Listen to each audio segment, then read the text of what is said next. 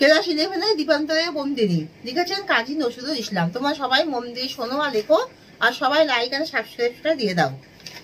আমি তাহলে শুরু করছি কিছু ইম্পর্টেন্ট কোশ্চেনের অ্যান্সার। এগুলো ভেরি ভেরি ইম্পর্টেন্ট কোশ্চেনের অ্যান্সার। তোমরা সবাই কিন্তু মন দিয়ে সব শোনো আর সবাই খাতা নিয়ে বসে লেখো। পূর্ণ বেদের শূন্যে ধরিল কোমদন। পূর্ণ বেদের শূন্যে কিসের কোমদন ধরিল? 150 বছর ধরে। ধরিল কোমদন কত বছর ধরে? 150 বছর ধরে। পাঞ্চিয়ন্য কি? কৃষ্ণের শাক। দিবান্তরের বন্দিনী কবিতাটির মূল কাব্যগ্রন্থের নাম কি? ফণী মনসা।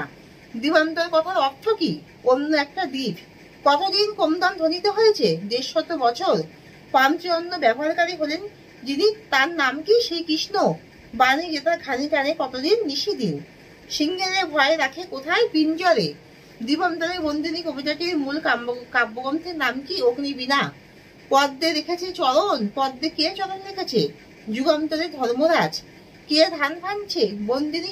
বন্দি সত্য। ভারতী কে? ভারতী হলেন সরস্বতী দেবী। দিবান্তরের স্থানটি কোথায়? আন্দামানে। সপ্ত সিন্ধু 13 নদী পার বলতে কি বোঝানো হয়? দ্রুততম স্থান। আন্দামান কোথায়? আন্দামান বঙ্গোপসাগরে। তাহলে এখানেই শেষ করছি। তোমার সবাই লাইক আর সাবস্ক্রাইব দাও, আর সবাই ভালো করে মন দিয়ে পড়াশোনা করো। সবাই যাতে খুব ভালোভাবে সাকসেস হয়, সবাই ভালো করে রেজাল্ট করো।